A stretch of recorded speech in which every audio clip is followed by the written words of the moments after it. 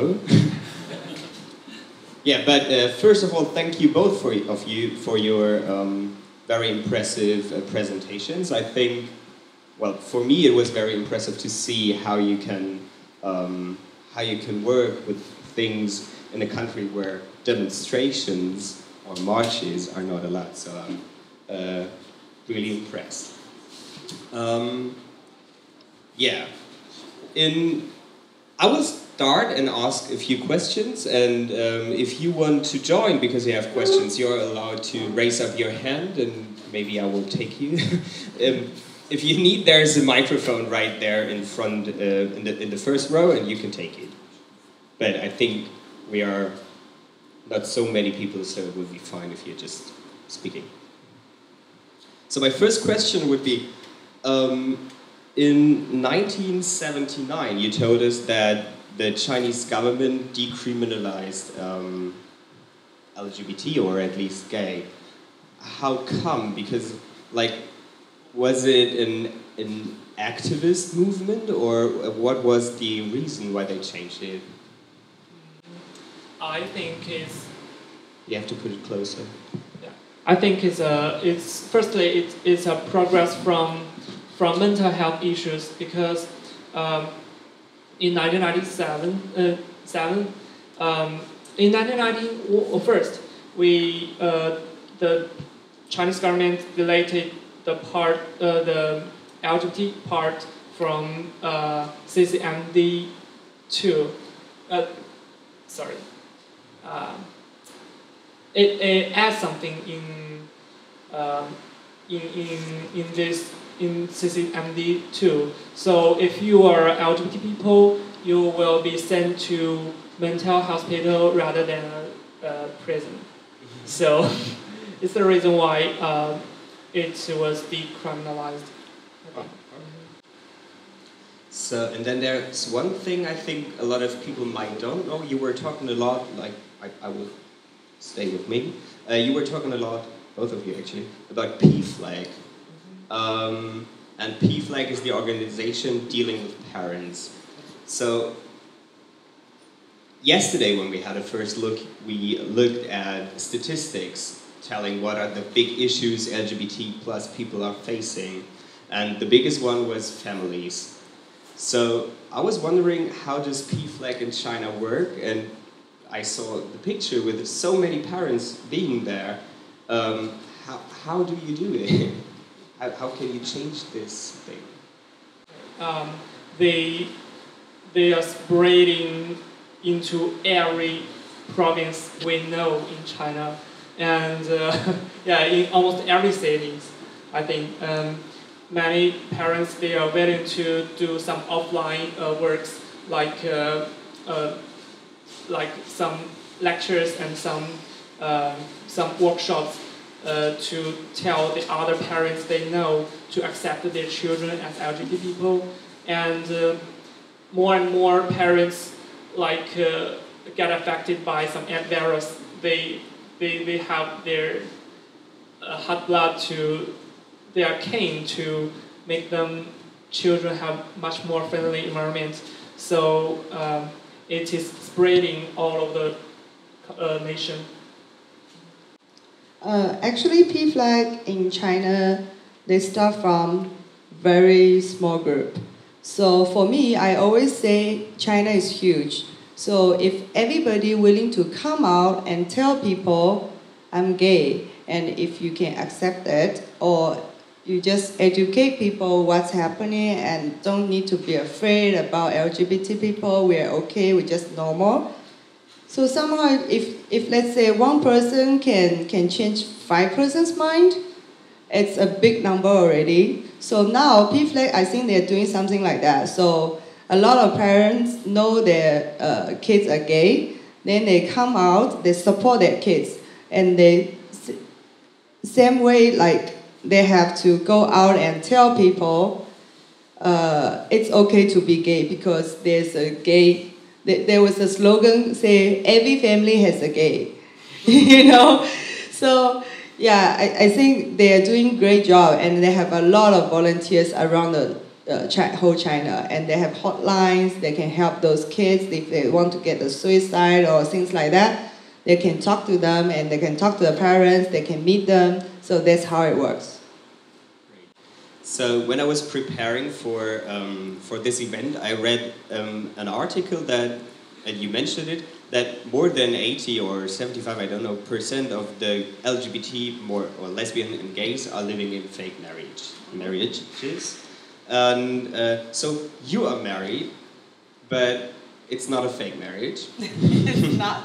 So you're married to Charlene, Uh-huh. and you married in Hawaii, in the US. So is your relationship you have in a certain way recognized in China? This is another interesting thing. After we got married in 2015, we went back to China. There was nothing changed. Well, except our parents, like they start to see us as a family. So that's the first thing for us, like it's changed. Then when Charlene joined this new company, which is an international company based in America or somewhere, I'm not so sure.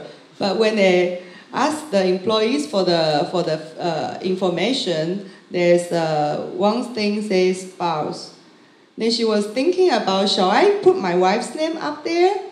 You know what? It doesn't matter. If I get it, I get it. If no, then it's a no because we're still in China. So she put my name up there.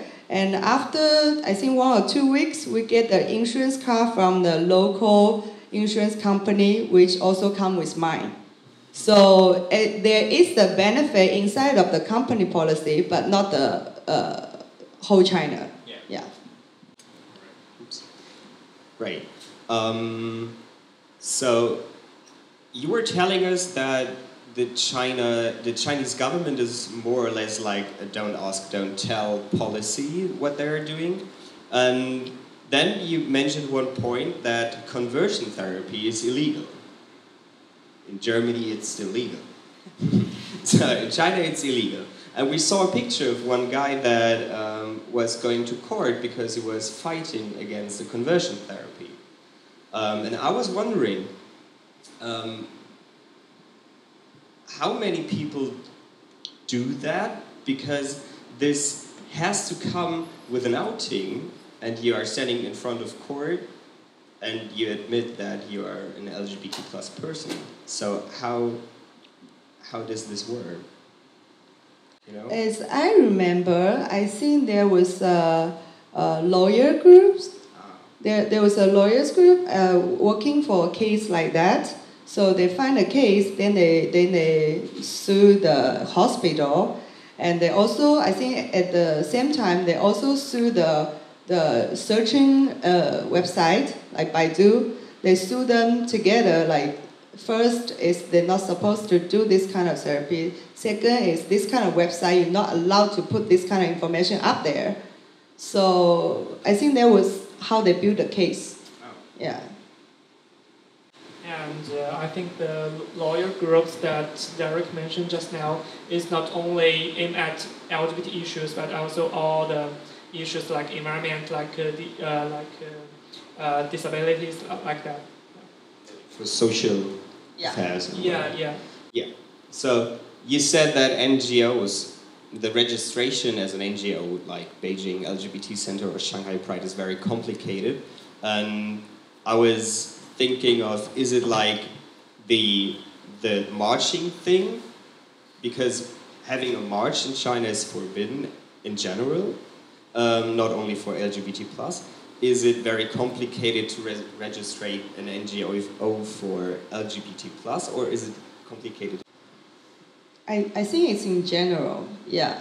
You know, in China, actually we find out NGOs supposed to be non-government organizations, but all the NGOs in China which registered all has some government background. So if you don't have government support, you cannot register as an NGO.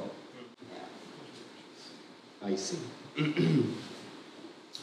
So here in Hamburg and in in Europe, I would say in general, the movement is getting more and more diverse, even if it was or it is still led, I would say, or ruled by gay men. Yeah, gay men are everywhere. You said lesbians are still invisible, but then you also told us about the first conference of women where lesbians were visible, and also Shalene is one of the co-founders, your wife, one of the co-founders of Shanghai Pride. So how is it in China? Is there this big picture of gays, or is it as diverse as I feel it when you're telling of your work? I think it depends on different conditions. Like us, our Beijing LGBT Center, we have 11 staffs. I have 10 colleagues, and most of them are women. But it's Beijing LGBT Center is not only a work for lesbians, and for some other organizations, some other like destination and what they mainly target on gay groups. So I think it depends.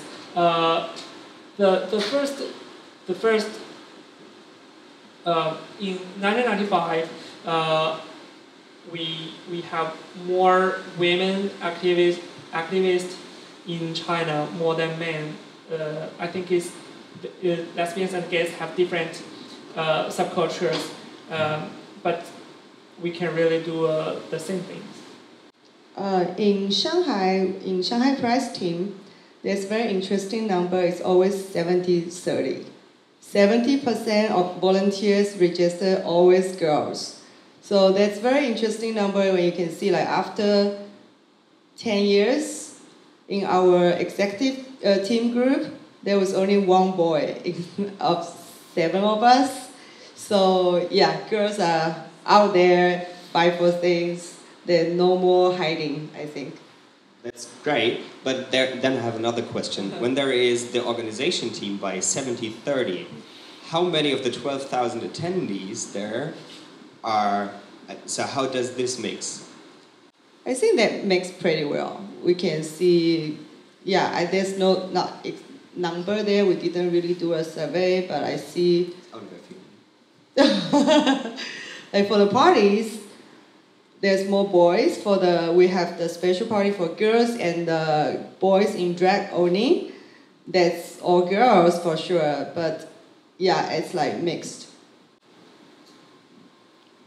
Then, one thing I'm personally interested in, you were telling us something about us of the cruising in the parks in Beijing. So Beijing is a city with 20 million people, and you told me that you're coming from a small town with 2 million people, which is like Hamburg.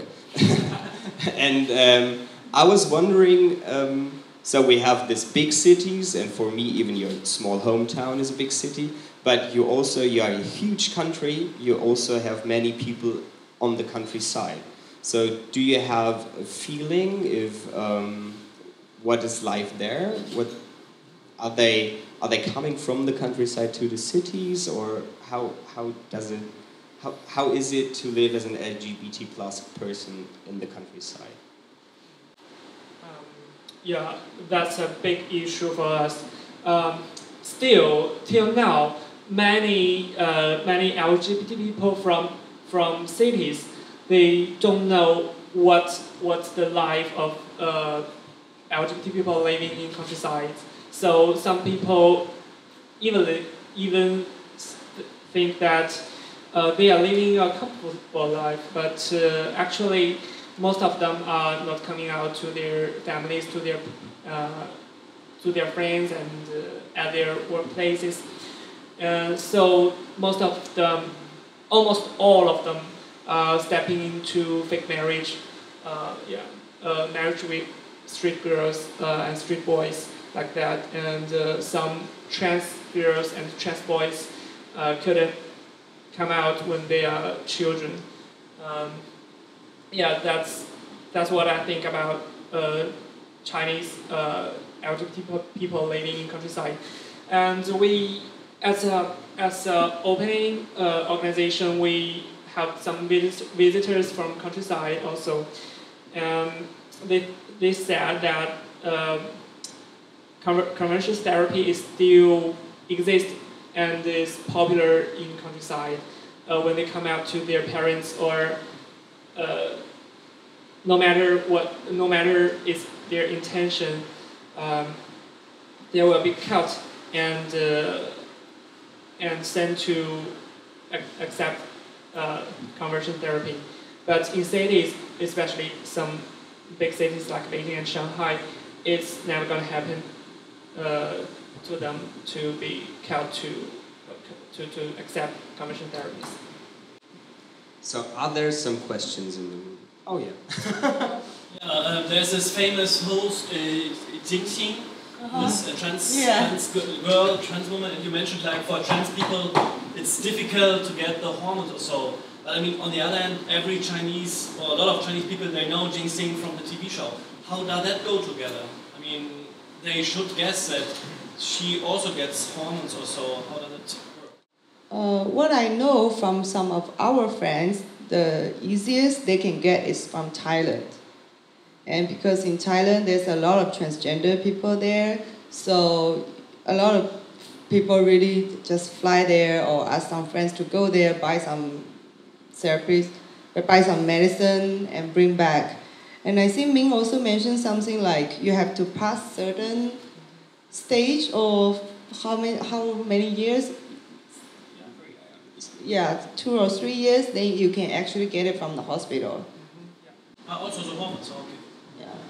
And I've heard about I've heard about Jingxing that she got her treatment and therapy in the U.S. instead of Thailand. Yeah. She's a very famous dancer. Before she gave a talk show to everybody in China.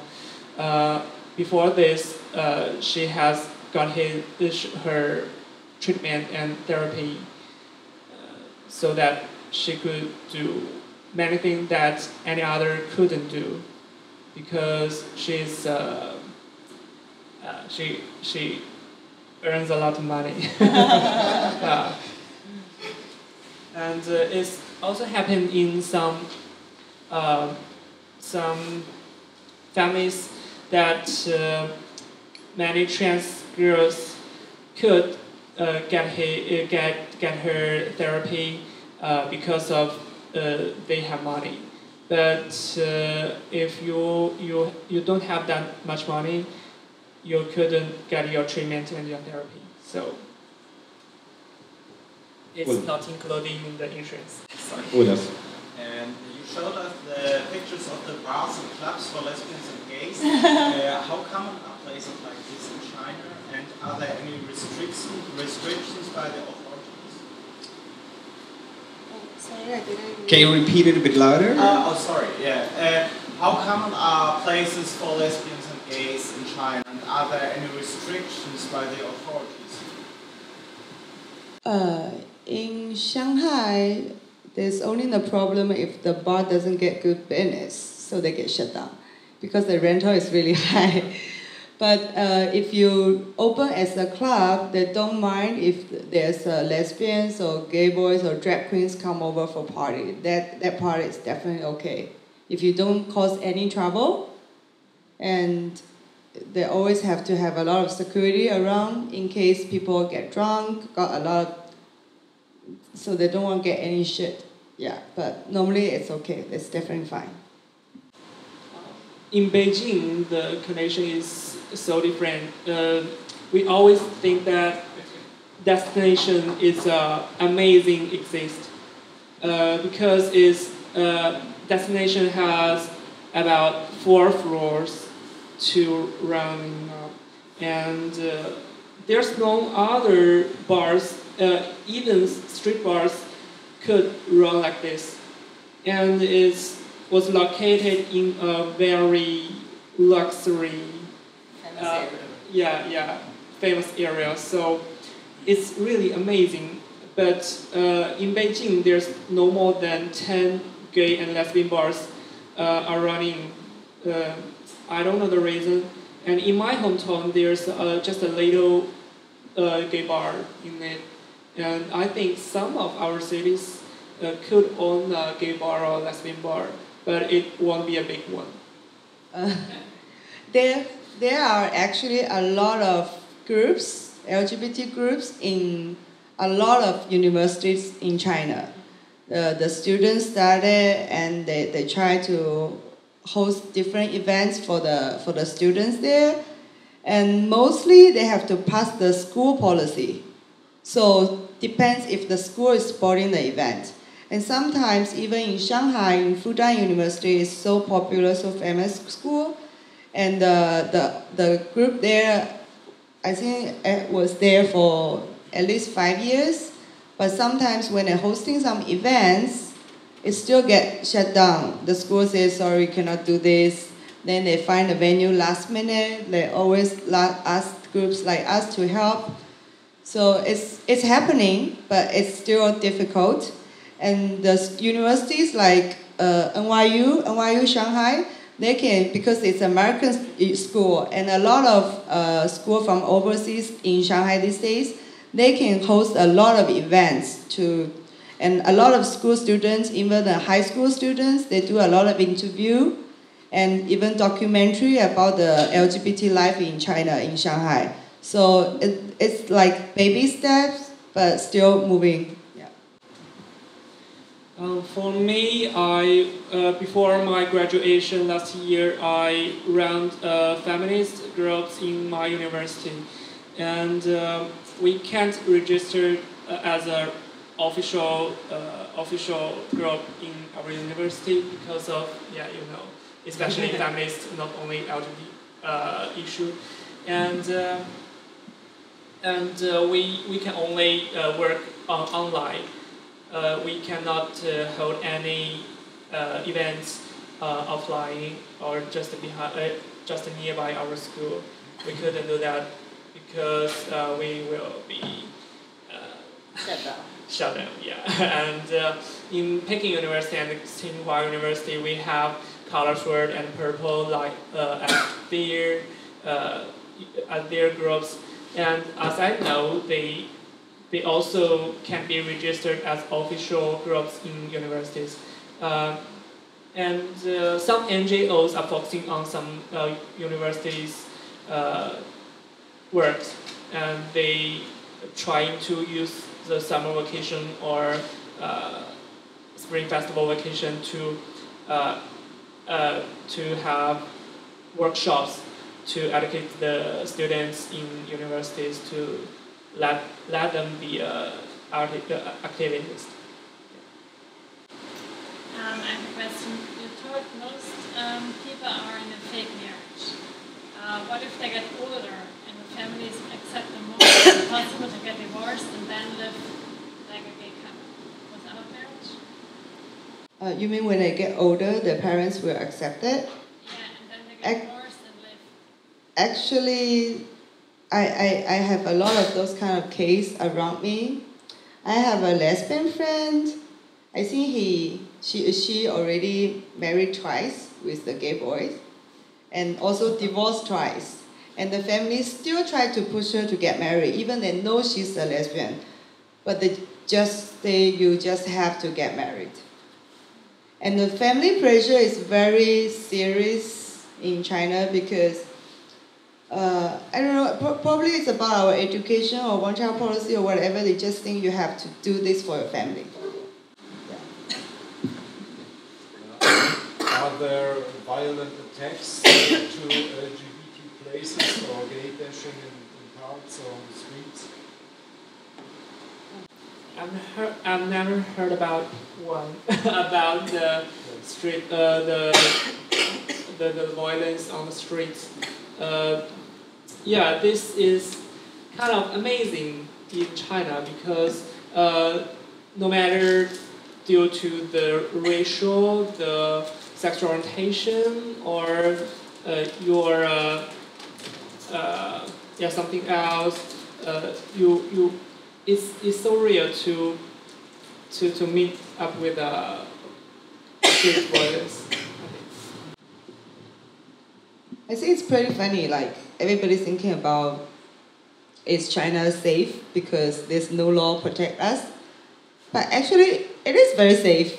So like, I always see gay boys or lesbian couples, they're holding hands, walking around the street, and even kiss each other, hug each other. Like, nobody cares, it's your own business, so they just don't get bothered. Like, yeah, and I think for Chinese, they're not that angry sometimes, so they just ignore. Yeah. Okay, for our Beijing, mostly the cinema couldn't allow us to show any of the imported films. Yeah, like no matter what you are from Germany or the UK or the US, no. And we could only see that without copyright. But if you like purchase it somewhere, if you're in the US and you buy it, you can show it to your friends or in closed spaces like an embassy or a consulate. That would be okay. Yeah. But somehow we, like Shanghai Pride Film Festival, we always believe we have to buy the film rights. So all the films we showing in the embassies or any venues, we ask the director or the filmmaker for the rights. Or we sometimes this is how we work with the council. They buy the film for us. So it's a cultural exchange. So they pay for that. And even when you have the rights, sometimes they will shut down the venue, but not the film. They will say this venue is not allowed to show the film. That's how it works. But very interesting is last 2 years of Shanghai International Film Festival, there was Moonlight in the cinema, there was like this year Love Simon in the cinema. So I think things are slowly changing. If you want to run it as an international film festival, they have to have some LGBT films there. So it's very slow, but it's changing. What about the cooperations with other Asian countries or like with other Chinese regions, like with Hong Kong or Taiwan? So you have some connections and you interchange about this? Or? We will always cross-promote about like Taiwan Pride Parade, Hong Kong Parade, or we actually have another organization called Asian Pacific Queer Film Festival Alliance. So we had every year we have one meeting in the different countries. Last year we had Sydney Mardi Gras Film Festival, we had Taiwan Queer Film Festival, Korea, Singapore, Tokyo Rainbow Pride, and like Indian and some others. So we do have a lot of connection with other Asian countries. For us, we have many connection with Taiwan, and we have Lala Alliance. Yeah, this means Lesbian Alliance in Taiwan. I went to Taiwan for twice last year to take part in their workshops to teach us the civil society or how to protect ourselves from being cut like this. Yeah, and we have a really good connection. And for the Japanese and Korea and like some countries from southern Eastern Asia or from Middle East areas, we don't have that much cooperation. Especially, no, we have Yoga Asia. Yeah, that's only one organization we have cooperated with. So are there more questions? If not, I have a question. So I think it's going to be my last one. You finished your presentation, Derek, with visions of Shanghai Pride. One was more international guests. This is up to you. So when you have the time, go and visit Shanghai and go to the Shanghai Pride. But what are you two, your personal visions? So you dedicate a lot of work to what you're doing for the communities. So you have something. Do you have something you're fighting for? And if, what is it? For me, it's just I want to, like, my wife is not holding a Chinese passport, so one day I really wish I can see China pass the law so my wife can stay in China with me forever.